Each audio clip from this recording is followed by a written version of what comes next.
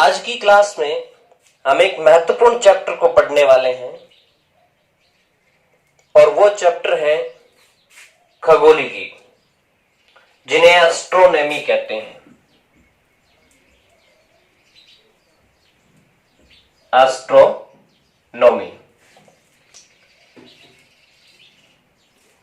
Exam की दृष्टि से भी एस्ट्रोनॉमी बहुत इंपॉर्टेंट है और व्यवहारिक जीवन की दृष्टि से भी एस्ट्रोनॉमी बहुत इंपॉर्टेंट है।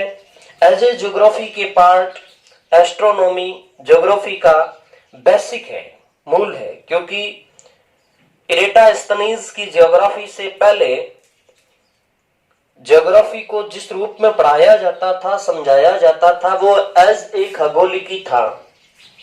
पृथ्वी की व्युत्पत्ति, ब्रह्मांड की व्युत्पत्ति, पृथ्वी के खगोलीय नियम, उनको समझाया जाता था, वो एस्ट्रोनॉमी ही थी। कभी कभार हमारे दिमाग में ये प्रश्न उठता है कि जिस आकाशीय पिंड पे हम निवास करते हैं उस आकाशीय पिंड की व्युत्पत्ति कैसे हुई होगी। जो आकाशीय पिंड इस पृथ्वी से अनंत आकाश में देखे जा सकते हैं, वो आकाशीय पिंड कैसे बने होंगे। ऐसे बहुत सारे लॉजिक हमारे दिमाग में आते हैं और उन लॉजिकों का उत्तर ढूंढने के लिए हमें हाइपोथेसिस में जाना पड़ता है, कल्पनाओं में जाना पड़ता है, और उन कल्पनाओं को वैज्ञानिक आधार पर खरा उतारने की कोशिशें भी वर्तमान में की गई है। तो जो भी है, हम जिस कॉस्मोस में रह रहे हैं, जिस हम ब्रह्मांड में रह रहे हैं, उस ब्रह्मांड की ओरिजिन से लेकर के डेवलपमेंट हिस्ट्री क्या है और इस पूरे ब्रह्मांड का सिस्टम कैसे चलता है, इसको समझने के लिए हमें एस्ट्रोनॉमी को समझना बहुत जरूरी है। एस्ट्रोनॉमी के बहुत सारे चैप्टर हैं जो हम विभिन्न क्लासों के अंदर पढ़ेंगे। दो चीजें यहाँ देख लेना जरूरी है। वैसे एस्ट्रोनॉमी भूगोल का मूल है, बेसिक है। जो मैंने इरेटास्थनीज की बात कही थी कि इरेटास्थनीज की ज्योग्राफी से पहले ज्योग्राफी को एज ए खगोलिकी पढ़ाया जाता था और पढ़ा जाता था, लेकिन उसके बाद ज्योग्राफी में बहुत सारे परिवर्तन आए, तो ज्योग्राफी के मूल एस्ट्रोनॉमी को पढ़ना जरूरी है। यहाँ दो चीजें हैं, एक है खगोलिकी और एक है ज्योतिष शास्त्र। ज्योतिष शास्त्र को एस्ट्रोलॉजी कहते हैं। एस्ट्रोलॉजी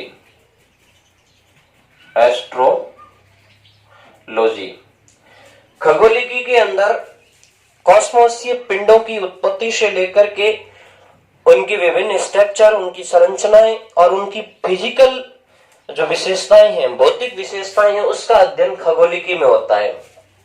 जबकि जो एस्ट्रोलॉजी है, जिन्हें हम ज्योतिष शास्त्र कहते हैं, जिनका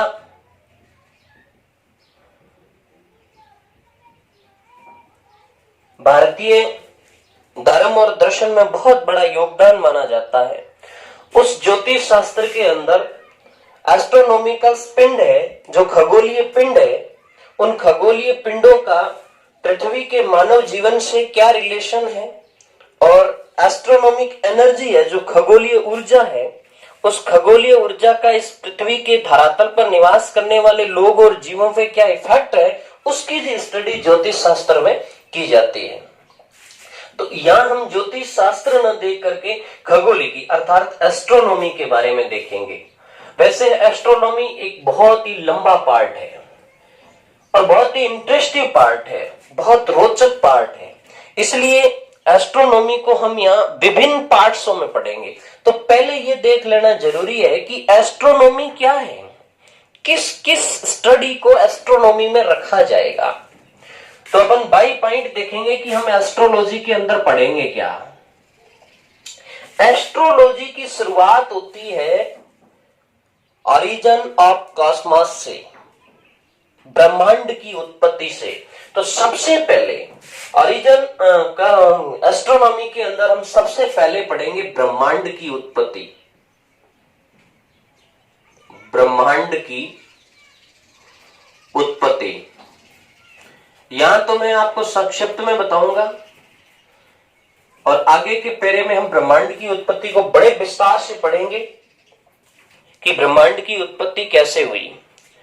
सामान्यतः जितने आकाशीय पिंड आज इस ब्रह्मांड में खोजे जा चुके हैं और जो खोजे जाने बाकी है, और कुछ ऐसी घटनाएं या चीजें भी है जिनके बारे में मानव को कोई जानकारी नहीं है, वो ब्रह्मांड कैसे पैदा हुआ, इसको लेकर के कई थ्योरियां चलती है। तो हम सबसे पहले पढ़ेंगे ब्रह्मांड की उत्पत्ति। और आज ब्रह्मांड की उत्पत्ति की 6 थ्योरियां चल रही है। हम 6 की 6 थ्योरियों को समझने की कोशिश करेंगे। और सबसे इंटरेस्टिंग, सबसे मजेदार जो थ्योरी है वो है बिग बैंग। तो हम यहां बिग बैंग को भी विस्तार से समझेंगे। बिग बैंग, महाविस्फोट की थ्योरी को भी विस्तार से समझेंगे। महाविस्फोट, देखो बड़ा ही इंटरेस्टिंग मैटर यहां रहेगा बिग बैंग को जब अपन पढ़ेंगे तब। तो यहां से हमारी एस्ट्रोनॉमी की शुरुआत होती है, खगोलिकी की शुरुआत होती है। तो खगोलिकी में सबसे पहले हम ब्रह्मांड की उत्पत्ति की 6 थ्योरी पढ़ेंगे। और जॉर्ज लेमेटेयर की बिग बैंग थ्योरी आज की सर्वमान्य, हालांकि मैं पूर्ण रूप से सर्वमान्य तो न कह दूं, लेकिन सर्वाधिक मान्य थ्योरी, वैज्ञानिक सिद्धांतों पे कुछ हद तक खरी उतरी थ्योरी बिग बैंग को बड़े विस्तार से पढ़ेंगे। साथ ही साथ बिग बैंग के अलावा हम इस चैप्टर के अंदर 2 चीजें और देखने की कोशिश करेंगे और वो बड़ा ही इंटरेस्टिंग है। और उसका इस कॉस्मोस के स्ट्रक्चर में, इस ब्रह्मांड के निर्माण में बहुत बड़ा रोल है। और वो 2 चीजें, एक तो है डार्क मैटर, डार्क मैटर,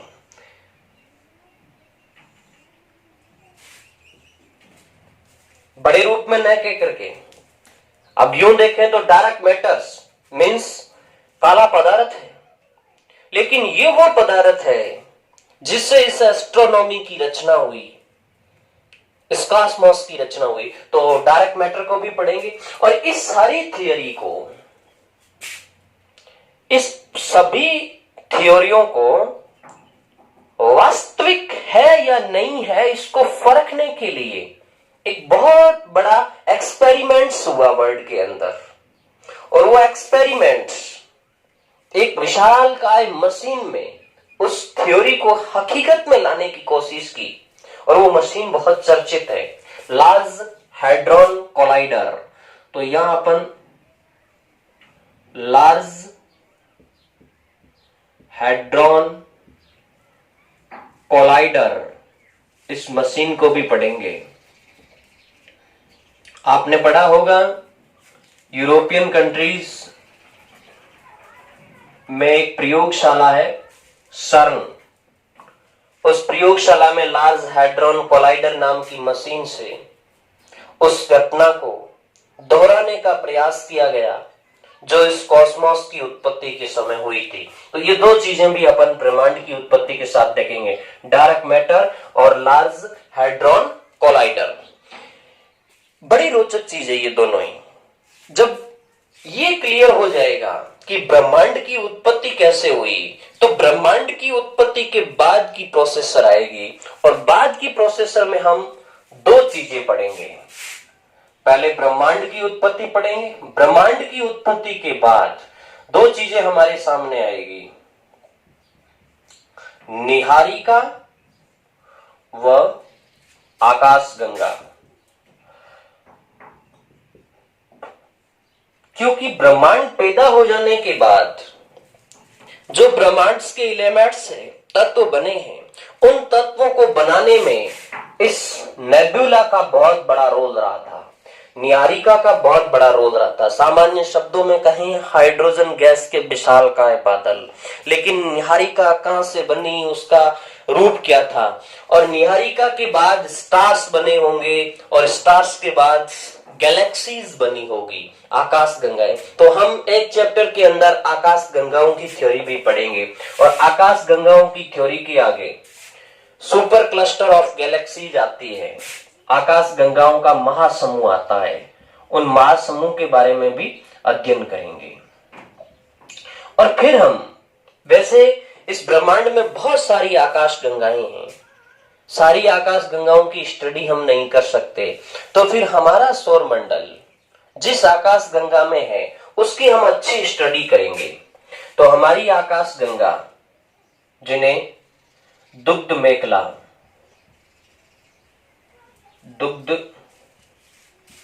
मेखला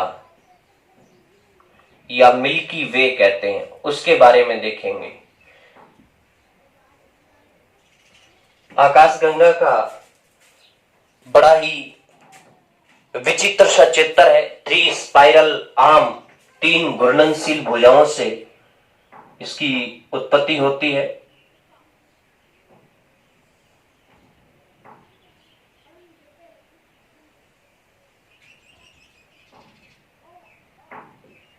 ये 3 स्पाइरल आर्म, और यह है ब्लैक होल सेंटर में, और सारे स्टार्स इन 3 आर्म्स के अंदर है, और अलग अलग स्टार्स अलग अलग आर्म्स यानी अलग अलग भुजाओं के अंदर उसकी पोजीशन में है। हमारा जो सन है वो सेकेंड आर्म के अंदर अर्थात दूसरी भुजा के अंदर पाया जाता है, और ये अभी व्हाइट डार्फ और रेड डार्फ, ब्लैक डार्फ दोनों से पूर्व की स्थिति है, तो ये भी अपन समझेंगे। तो निहारिका और आकाशगंगा पढ़ेंगे, इनकी थ्योरियां पढ़ेंगे, आकाशगंगा कैसे बनती है। उसके बाद हम आएंगे तारे पे। तारे का निर्माण, तारे का निर्माण, इसके अलावा अपन तारे के जीवन को भी पढ़ेंगे, तारे का जीवन भी पढ़ेंगे। इसके अलावा तारे का निर्माण और जीवन पढ़ने के अलावा तारे से जुड़े हुए 2 चीज और पढ़ेंगे अपन। तारा मंडल को भी देखेंगे, तारा मंडल को भी देखेंगे, और एक होता है नक्षत्र, वो भी तारे से जुड़ा हुआ ही वर्ड है, और ज्योतिष में और एस्ट्रोनॉमी में बहुत ज्यादा यूज किया जाता है। अपन तारा मंडल भी देखेंगे, ग्रुप ऑफ स्टार्स भी देखेंगे, नक्षत्र भी देखेंगे, और इसके अलावा एक चीज हमेशा भी हमारे जहन में रहती है, राशि चक्र। तो हम थोड़ा नक्षत्र देखने के साथ साथ राशि चक्र भी देख लेंगे। तो ये अब तक की कहानी, ब्रह्मांड पैदा हुआ, उसके बाद नेब्यूला बनी, नेब्यूला के बाद स्टार आया, स्टार से गैलेक्सी बनी, गैलेक्सी से सुपर क्लस्टर ऑफ गैलेक्सीज बनी, वो भी देखेंगे, सुपर क्लस्टर ऑफ गैलेक्सीज भी देखेंगे। स्टार क्या है, स्टार का निर्माण कैसे हुआ, स्टार की लाइफ क्या है, स्टार ग्रुप क्या है, नक्षत्र क्या है, और राशि चक्र क्या है, ये सारी चीजें अपन एस्ट्रोनॉमी में बाय स्टेप समझने की कोशिश करेंगे। और उसके बाद हम एक महत्वपूर्ण टॉपिक पे आएंगे, वो है सौर मंडल की उत्पत्ति। सौर मंडल की उत्पत्ति। हम जिस कॉस्मोस के अंदर जिस भाग में रह रहे हैं, यूनिवर्सल के जिस भाग में रह रहे हैं, वो भाग सौरमंडल कहलाता है, जो 8 ग्रह, कई उपग्रहों, एस्ट्रॉइड्स, कॉमेट्स इत्यादि से मिलकर के बना है, जिसका जो पिता है, फादर है, वो सन को माना जाता है। तो सन और उसकी फैमिली, जिसको सौरमंडल कहते हैं, उसकी उत्पत्ति कैसे हुई, इसको हम समझने की कोशिश करेंगे। इसकी उत्पत्ति की क्या क्या थियरियां हैं, क्या क्या सिद्धांत है, उसको अपन समझने की कोशिश करेंगे। तो सौरमंडल की उत्पत्ति, उत्पत्ति के लिए कौन कौन सी थियरी है, उसको चर्चित पढ़ेंगे। वैसे इनकी चर्चित थ्योरियों के अंदर आपको पता होगा एक तारक थ्योरी, इसके अलावा द्वितारक थ्योरी, द्वितारक सिद्धांत, इसके अलावा सुपरनोवा,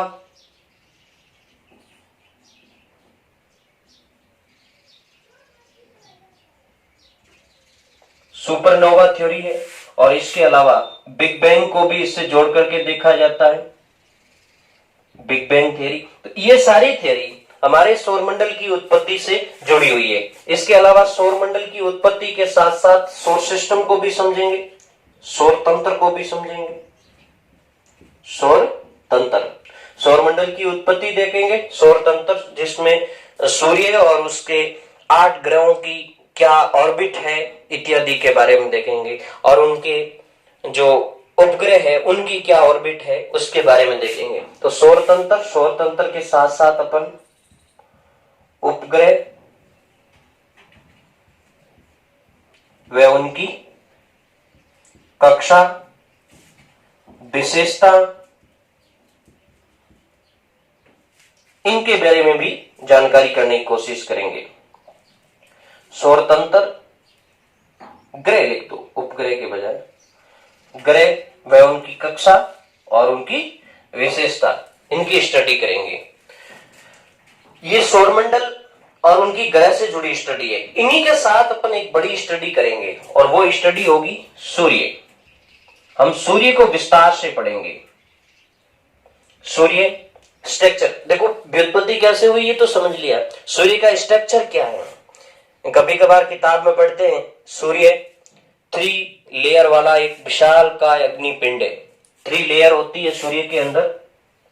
जैसे ये सूर्य का सेंटर है तो ये फर्स्ट भाग कोर होता है, उसके बाद दूसरा भाग रेडिएशन जोन होता है और तीसरा भाग कन्वेंशनल जोन होता है। कन्वेंशनल जोन, रेडिएशन जोन और कोर होता है।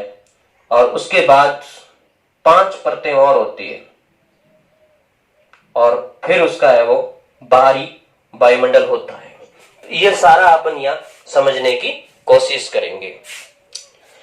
उसके बाद सौर तंत्र समझ लेने के बाद हम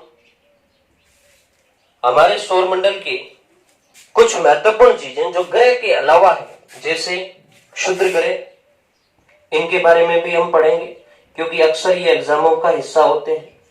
क्षुद्र ग्रह है, इसके अलावा आपने उल्काएं भी पढ़ी होगी, इसके अलावा धूमकेतु नाम सुना होगा या पुच्छल तारा नाम सुना होगा। इनको भी यहां अपन पढ़ने की कोशिश करेंगे। क्षुद्र ग्रह, उल्काएं, धूमकेतु और पुच्छल तारा। ये इतना पढ़ने के बाद ब्रह्मांड की बहुत लंबी थियरियां हो गई। इतना पढ़ने के बाद हम हमारी पृथ्वी पे आएंगे। पृथ्वी का अध्ययन करेंगे। और पृथ्वी का कैसा अध्ययन करेंगे? एस्ट्रोनॉमिकल अध्ययन करेंगे। अभी जियोग्राफी की शुरुआत नहीं हुई है। अभी अपन पृथ्वी की अक्षीय व कक्षीय गति के बारे में देखेंगे। अक्ष व कक्ष पर गति के बारे में देखेंगे। सूर्य का किस तरीके से रिलेशन है इसके बारे में देखेंगे। और यहां हम एक बहुत बड़ी चीज देखने वाले हैं। कुछ एस्ट्रोनॉमिकल इवेंट्स हर समय घटते रहते हैं और साइंटिस्टों के जहन में एक बड़ा इवेंट्स आया है कि पृथ्वी की जो अक्षीय गति है वो कम हो रही है। तो एक लॉजिक अपन ये भी पढ़ेंगे कि पृथ्वी की अक्षीय गति कम होने के क्या कारण है। अक्षीय गति कम होने के क्या कारण है, इसको भी अपन इस पार्ट्स में जानेंगे। क्या कारण है इसके बारे में भी अध्ययन करेंगे। उसके बाद पृथ्वी की एस्ट्रोनॉमिकल स्टडी हो जाने के बाद हम चंद्रमा को पढ़ेंगे। चंद्रमा जो पृथ्वी का एकमात्र नेचुरल उपग्रह है, तो सैटेलाइट, नेचुरल सैटेलाइट है, तो चंद्रमा को भी हम पढ़ेंगे। चंद्रमा की उत्पत्ति से जुड़े हुए मैटर भी पढ़ेंगे कि इसकी उत्पत्ति कैसे हुई। इसके अलावा हम चंद्रमा की सामान्य जानकारी तो लेंगे ही लेंगे। ऑर्बिट क्या है इसकी, घूर्णन गति क्या है इनकी, और रिवोल्यूशन गति क्या है, रोटेशन और रिवोल्यूशन गति। इसके अलावा कुछ महत्वपूर्ण चीजें जैसे चंद्रकलाएं क्या है उसको अपन जानेंगे। चंद्रकलाएं जिसकी वजह से चंद्र कैलेंडर चलता है, जो हमारा हिंदू कैलेंडर उन चंद्रकलाओं के हिसाब से चलता है, उनको अपन जानने की कोशिश करेंगे। चंद्रकलाओं के अलावा अपन चंद्रमा की वजह से जो ज्वारीय कंडीशन पैदा होती है उसको भी जानने की कोशिश करेंगे कि चंद्रमा की वजह से ज्वारीय स्थिति कैसे पैदा होती है। इसके अलावा एस्ट्रोनॉमी की 2 घटनाएं, ब्लू मून और सुपर मून को भी अपन यहां पढ़ेंगे। इस पार्ट्स के अंदर अपन ब्लू मून को भी देखेंगे और सुपर मून को भी देखेंगे कि ब्लू मून और सुपर मून की क्या घटना है, कितने टाइम के बाद ब्लू मून होता है, सुपर मून कंडीशन क्या मानी जाती है। ये चंद्रमा की स्टडी होगी। इसके अलावा अपन एक्लिप्स के बारे में भी देखेंगे। ग्रहण के बारे में भी देखेंगे। ग्रहण में अपन सूर्य ग्रहण के बारे में भी देखेंगे और चंद्र ग्रहण के बारे में भी देखेंगे, और इनका है वो कारण के साथ साथ प्रभाव की स्टडी भी अपन करेंगे। और ये वैसे एस्ट्रोनॉमी की ये दो घटनाएं बहुत इंपॉर्टेंट मानी जाती है, क्योंकि ग्रहण का दैनिक जीवन में बहुत बड़ा रोल है, दैनिक जीवन में योगदान है। तो एस्ट्रोनॉमी में एक्लिप्स क्या है उसको भी हम अच्छी तरीके से जानेंगे। उसके बाद हम पृथ्वी की स्पाइरल स्टडी पे आते हैं, सतही स्टडी पे आते हैं। जैसे ही हम सतही स्टडी पे आएंगे तो यहां से एस्ट्रोनॉमी क्लियर मानी जाएगी। अब आगे एस्ट्रोनॉमी नहीं रहेगी, या हम ग्लोब का अध्ययन करेंगे, पृथ्वी के आकारिकी का अध्ययन करेंगे, ग्लोब का अध्ययन करेंगे। तो ये फिर ज्योग्राफी में आ जाएगा, पृथ्वी का ग्लोब का स्टडी ज्योग्राफी में आ जाएगा। अब तक अपन एस्ट्रोनॉमी की स्टडी कर रहे थे, जैसे ही हम ग्लोब पे आएंगे तो वो पूर्ण रूप से तो ज्योग्राफी नहीं है। अगला अपना जो अध्ययन रहेगा वो होगा ग्लोब का, और यहां से एस्ट्रोनॉमिकल ज्योग्राफी शुरू हो जाती है, या ज्योग्राफिकल एस्ट्रोनॉमी शुरू हो जाती है, भौगोलिक खगोलिकी शुरू हो जाती है। तो यहां से ज्योग्राफिकल एस्ट्रोनॉमी शुरू हो जाएगी, ज्योग्राफिकल एस्ट्रोनॉमी। और ज्योग्राफिकल एस्ट्रोनॉमी में हम दो चीजें बड़े पैमाने पे देखेंगे। एक तो है ग्लोब। ग्लोब में हम क्या देखेंगे? लैटिट्यूड और लॉन्गिट्यूड देखेंगे, अक्षांश देखेंगे ग्लोब में, देशांतर देखेंगे ग्लोब में। लॉन्गिट्यूड और लैटिट्यूड का पृथ्वी की स्पाइरल स्टडी में बहुत बड़ा रोल है, बहुत बड़ा रोल है, इसलिए उसको समझना जरूरी है। जब अपन लैटिट्यूड और लॉन्गिट्यूड देख लेंगे तो उसके बाद हम आएंगे टाइम पे, समय। तो उसके बाद हम समय के बारे में भी देखेंगे, समय निर्धारण कैसे होता है उसके बारे में भी अपन जानकारी करेंगे, समय निर्धारण। और समय निर्धारण के साथ साथ हम अंतरराष्ट्रीय तिथि रेखा का अध्ययन भी करेंगे, अंतरराष्ट्रीय तिथि रेखा, इसका अध्ययन भी जियोग्राफिकल एस्ट्रोनॉमी में करेंगे। इसको एज ए जियोग्राफी ना पढ़ करके, हालांकि फिजिकल ज्योग्राफी के चैप्टर जब आएंगे उसमें ये चीजें आएंगी, लेकिन हम इन्हें एस्ट्रोनॉमिकल ज्योग्राफी के तहत ही पढ़ लेंगे ताकि अपना मैटर पहले से ही क्लियर हो जाए। ग्लोब पढ़ने के बाद एस्ट्रोनॉमी की व्यवहारिक जीवन में क्या यूज है पृथ्वी पे, जिन्हें मैं ज्योग्राफी की भाषा में कहूं व्यवहारिक खगोलिकी पढ़ेंगे हम।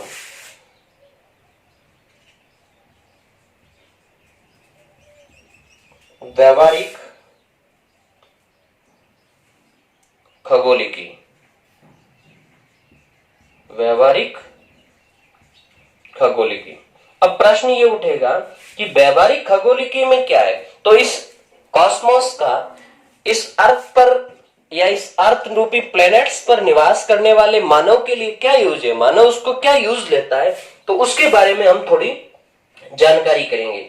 तो एस्ट्रोनॉमी जो खगोलिकी का व्यवहारिक उपयोग है, उस व्यवहारिक उपयोग में हम सबसे पहले कृत्रिम उपग्रहों के बारे में जानकारी लेंगे। कृत्रिम उपग्रह, कृत्रिम उपग्रह क्या है? उनकी जो दो पोजीशन होती है, जिसको जियोसेंट्रिक और पोलर सेंट्रिक बोलते हैं, या भूस्थितिक उपग्रह और सूर्य तुल्यकाली उपग्रह बोलते हैं, तो उन दोनों की स्टडी भी अपन करेंगे। इसके अलावा अंतरिक्ष के अंदर आपने नाम सुना होगा, अंतरिक्ष के अंदर स्पेस सेंटर के बारे में सुना होगा, उसकी स्टडी भी करेंगे। इसके अलावा अंतरिक्ष वेधशाला आपने नाम सुना होगा, अंतरिक्ष वेधशाला, उसकी स्टडी भी करेंगे।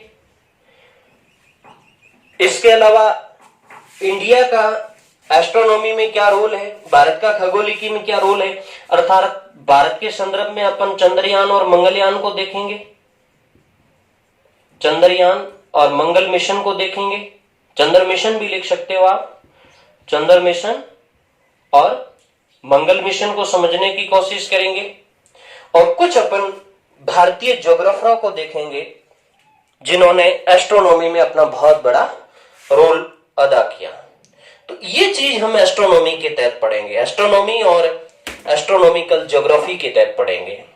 बिल्कुल सिंपल है। अब कोई हमारे दिमाग में ये प्रश्न डालने की कोशिश करे कि व्हाट इज एस्ट्रोनॉमी, एस्ट्रोनॉमी क्या है, तो फिर हमारे दिमाग में एक नक्शा होना चाहिए कि एस्ट्रोनॉमी ब्रह्मांड की उत्पत्ति से लेकर के आज तक की यूनिवर्सल इंसिडेंट जो भी है उनकी स्टडी एस्ट्रोनॉमी कहलाती है। एस्ट्रोनॉमी की शुरुआत ओरिजिन ऑफ कॉस्मोस से मानी जाती है, यूनिवर्सल से मानी जाती है। ब्रह्मांड की उत्पत्ति 6 थ्योरियां अपन देखेंगे।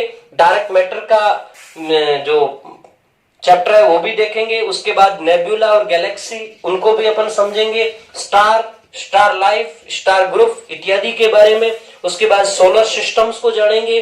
उसके बाद प्लैनेट्स को देखेंगे, एस्ट्रॉइड्स, मेटेरॉइड्स, कॉमेट्स, इनको जानेंगे।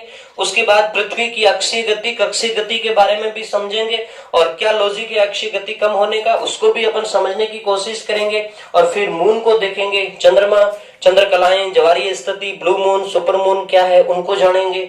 उसके बाद एक्लिप्स को देखेंगे जिसमें सूर्य एक्लिप्स, सन एक्लिप्स और मून एक्लिप्स को भी जानेंगे।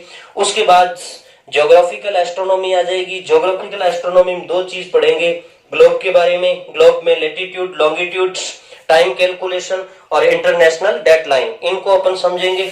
उसके बाद व्यवहारिक जो खगोलिकी है उसमें अपन कृत्रिम उपग्रह के बारे में, अंतरिक्ष के अंदर अंतरिक्ष वेधशालाओं के बारे में और भारत के संदर्भ में एस्ट्रोलॉजी का क्या रोल है उसके बारे में अपन जानेंगे। तो ये सारा चैप्टर है जो विभिन्न क्लासों के अंदर अपन को पढ़ना है। तो ये हो गई खगोलिकी या एस्ट्रोनॉमी। तो आज की क्लास में हम इतना ही देखेंगे। अगली क्लास हमारी बड़ी जबरदस्त होने वाली है और वो क्लास ब्रह्मांड की उत्पत्ति पे है। और ब्रह्मांड की उत्पत्ति की सुपरमोर 6 थियरीज, हाइपोथेसिस है। 6 हाइपोथेसिस में सबसे टॉप मोस्ट साइंटिफिक आइडेंटिफाई की हुई थ्योरी है, साइंस आइडेंटिफाई की हुई थ्योरी है, वो है बिग बैंग थ्योरी। तो चार्ल्स लेमैत्रे की बिग बैंग थ्योरी को अगली क्लास के अंदर हम पढ़ेंगे।